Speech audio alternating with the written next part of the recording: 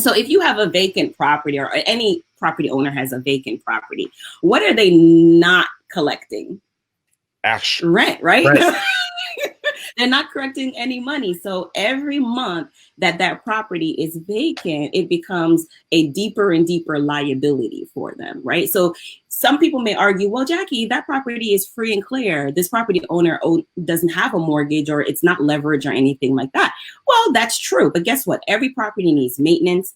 Every property has utilities on it, or should. Every property has insurance, or should have insurance. And every property has real estate taxes, right? So there is a financial obligation with that property. And if there's neglect in that property, then of course, now that property owner is at risk for code enforcement, or being delinquent in that communities or counties or cities ordinances. So they have to do some kind of monetary output in order to maintain that property. So that becomes a burden when you don't have any income coming in to offset those expenses. So never forsake the vacant house.